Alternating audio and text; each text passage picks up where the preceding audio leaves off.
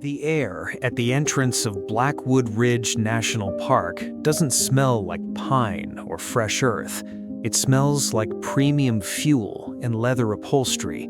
This is the Platinum Gate, a restricted access point designed to keep the wilderness exclusive.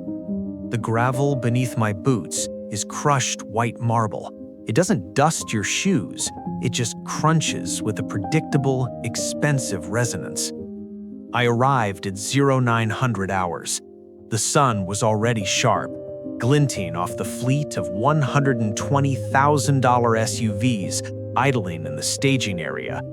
These aren't visitors, they are investors in the park's private-public partnership. People who view the majesty of the Sierra Nevada as a high-yield asset. To them, nature is just a backdrop for a networking event. I'm wearing a faded, nondescript canvas jacket and carrying a rucksack that has seen 3 continents. I haven't shaved in 2 days. In a world of carbon fiber hiking poles and designer technical gear, I am invisible, or worse, I am an eyesore. I approached the glass and steel kiosk. Inside sat a man named Marcus. I knew his name from the payroll audits, but he didn't know mine. He was currently busy laughing at a joke made by a man in a pristine white linen shirt who was leaning against the counter. I stood there for 3 minutes. In the private sector, time is money.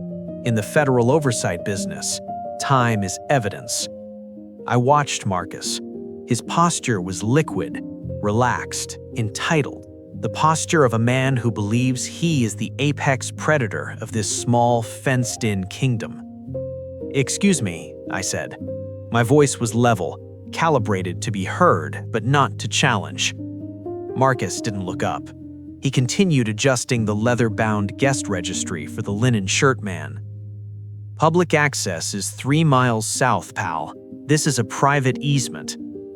The signage at the trailhead indicated this is the primary meridian for the Ridge Trail.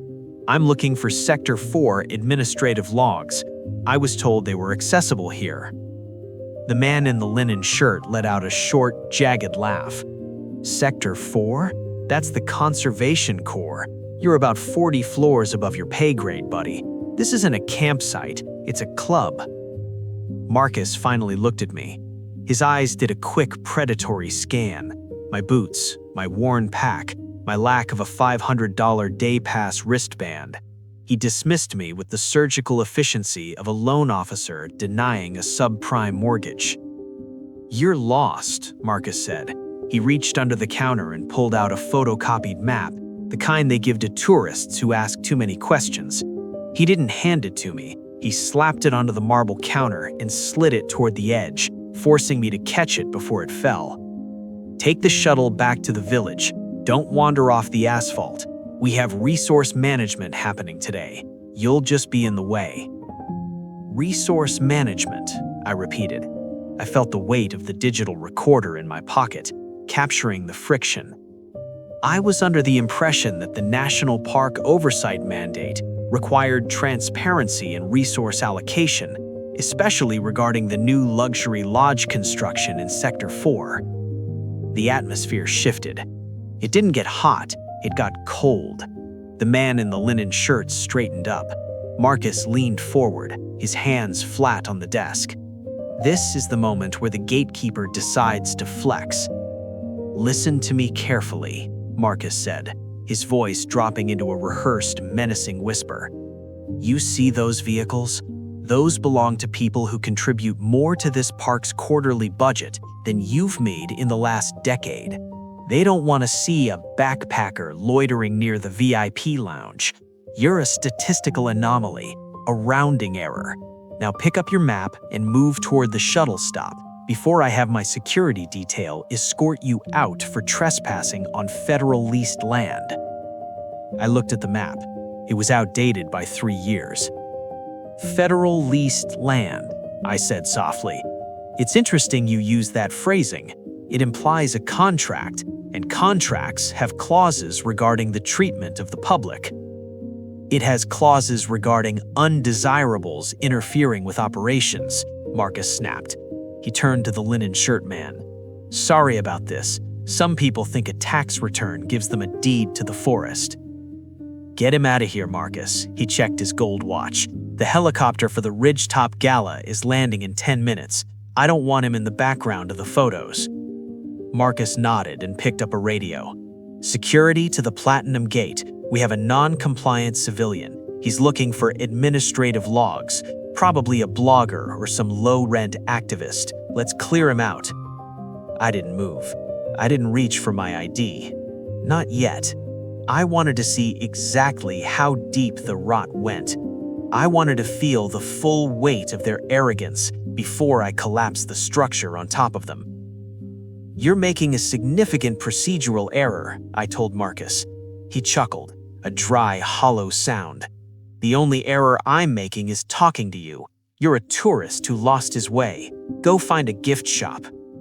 As the security SUV pulled up, kicking up white marble dust that coated my boots, I checked my own watch. 0912. The regional director's motorcade was exactly 4 minutes away. "I'm not lost," I said, looking Marcus directly in the eye. "In fact, I'm exactly where I need to be." The dust from the security SUV hadn't even settled when the black Suburbans rounded the bend, moving in a tight, aggressive formation that didn't belong in a recreational park. Marcus's smug expression didn't break. It shifted into a mask of professional subservience. He assumed the heavy hitters had arrived early for the gala.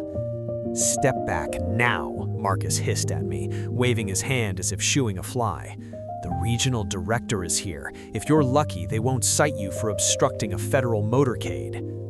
The lead vehicle didn't stop at the VIP lounge. It pulled directly to the kiosk, flanking the security detail. Out stepped Sarah Jenkins, the regional director, looking frantic. She didn't look at Marcus. She didn't look at the man in the linen shirt. Her eyes scanned the gravel until they locked onto my faded canvas jacket. The color drained from her face, a physical, visceral collapse of her composure. "Director Jenkins," Marcus began, stepping forward with a practiced smile, "we were just clearing this vagrant out of the way for your arrival. He's been asking for internal logs." "Shut up, Marcus," she whispered. It wasn't a command, it was a plea for her own survival. I reached into my rucksack.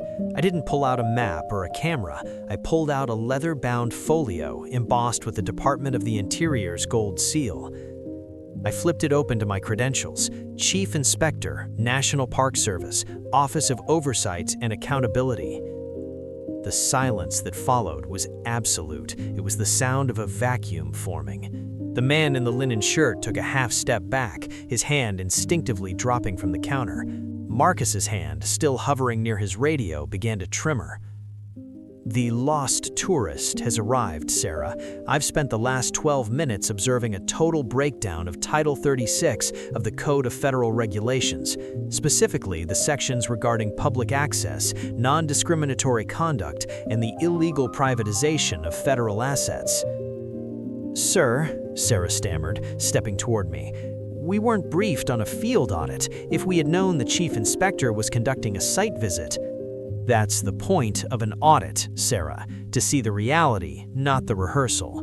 I turned my gaze to Marcus. He looked like he was trying to swallow a stone. "Marcus, you mentioned resource management in Sector 4. My office has been tracking the diverted funds from the General Conservation Fund. It seems $14 million intended for trail restoration is instead been managed into the infrastructure for a private helipad and a luxury lounge. Care to show me those logs now?" I didn't wait for an answer. I walked past him, through the gate he had just told me was closed. He didn't stop me. No one did. The status he thought he was protecting had evaporated the moment a higher apex predator entered the ecosystem. "Let's talk about the logistics of power," I said, loud enough for the linen-shirted investor to hear. "You see, this part isn't a club, it's a public trust. And when you treat a public trust like a private equity flip, you create a paper trail. I've spent 6 months following the debt. I know about the backdoor leases. I know about the shell companies used to buy the construction materials at a 400% markup." I stopped and looked back at the investor. "And you, Mr. Sterling, isn't it? Your firm's permit for the Ridgetop Gala was revoked 45 minutes ago by my office in DC. You're not a guest today, you're a trespasser. Security?" The security guards, who only moments ago were ready to haul me away, looked at Sarah. She nodded, her face ashen. They moved towards Sterling. The collapse was total. Marcus was leaning against the marble counter for support, his eyes darting between the regional director and my folio. He realized then that he hadn't just insulted a hiker, he had insulted the one man who could dismantle his entire career with a single signature on a compliance report. "The audit begins now," I said, opening my folio to a fresh page, "and I'm starting with the payroll.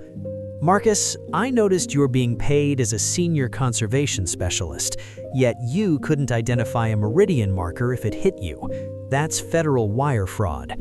Sarah, I expect the digital keys to Sector 4 server by 10 o'clock. If they aren't on my desk, I'm calling the Marshal Service to seize the hardware." I walked towards the lead Suburban. Sarah opened the door for me. The hierarchy hadn't just flipped, it had been pulverized. Transformation of Blackwood Ridge didn't happen with a sledgehammer. It happened with a red pen. By 11 hours, I had commandeered the VIP lounge, a space of glass and cedar that smelled of arrogance, and turned it into a tactical command center. The $400 a bottle scotch was moved to a locked cabinet. The mahogany tables were covered in topographic maps and forensic accounting spreadsheets. The reconstruction phase is always the most clinical. It's about stripping the parasitic elements out of the host. I spent the next 6 hours issuing summary terminations. "Sarah," I said, not looking up from a ledger as she stood trembling by the floor-to-ceiling windows, "I've reviewed the service contracts for the security detail. They're private contractors billed as environmental technicians. That's a misappropriation of federal labor funds. Terminate the contract, effective immediately. The actual park rangers, the ones you've had patrolling the perimeter in rusted-out trucks while you paved this marble driveway, are being promoted to lead these sectors." I watched through the glass as the first group of elite investors was turned away at the gate. Their confusion turned to outrage, then to a quiet, panicked realization as they saw the National Park Service crest being fixed to the gate Marcus once guarded. We weren't just changing the locks, we were reclaiming the soul of the land. By sunset, the Platinum Gate sign had been tossed into a dumpster. I stepped out onto the balcony to find Marcus. He hadn't left.